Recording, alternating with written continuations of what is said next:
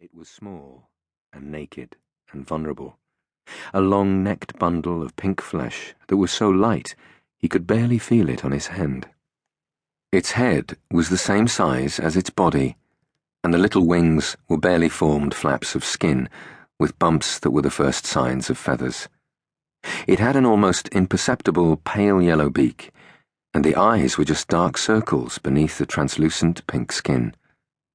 The sensation of it, warm and helpless and so alive he could sense the beating of its tiny heart, sent a liquid feeling of pleasure through him.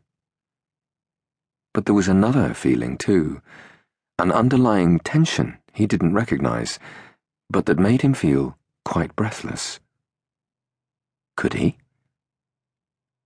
With his free hand, he reached out and plucked one of the inch-long spikes from the thorn bush. The breathless sensation slowly left him, and it was as if he grew larger and the baby bird in his hand diminished.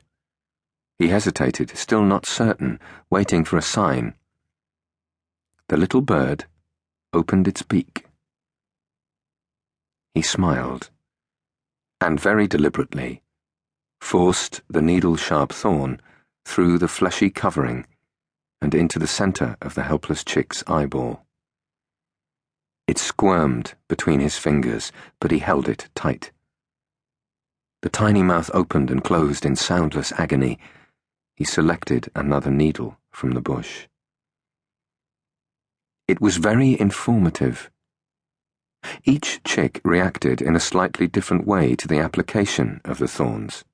One reared and attempted to wriggle away, another curled up and simply accepted the torture.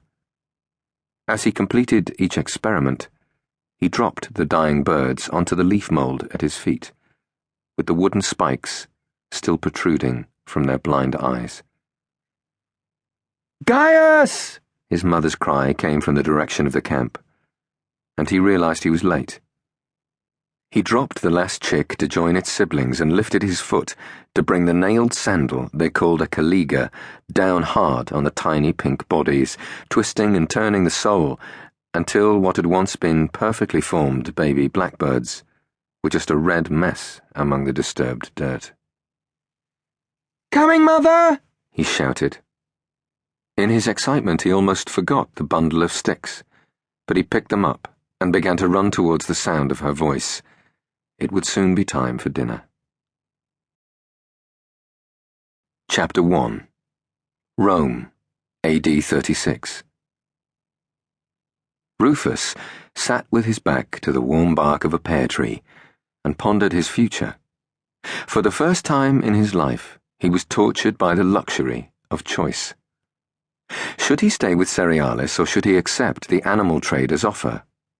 The question had vexed him all morning, and he was no nearer the answer now than he had been 2 hours ago.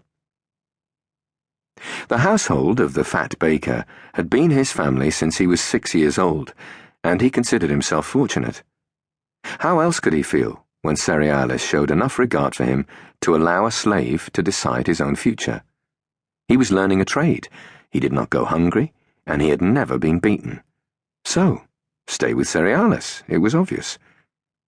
But on the opposite side of the scales was the prospect, the unbelievable prospect, of freedom. Freedom. The word made his senses spin. Did he really want to be free? Free to do what? To starve? To beg on the streets? In any case, the animal trader was not offering freedom now. It might be years before he fulfilled his bargain. It was the bear's fault. If it wasn't for the bear, he would be at his ovens baking the finest bread in Rome, instead of sitting in the gardens of the Porticus Livii with his head pounding like the inside of a drum. 2 butterflies, one a delicate pale blue and the other a beautiful mix of red and brown, flitted across the edge of his vision towards the flower bed. He grinned and touched the charm at his throat. So be it. Let the gods decide. Cornelius Aureus Fronto was endowed with a laugh that bent forests and shattered roof tiles, and he was laughing now.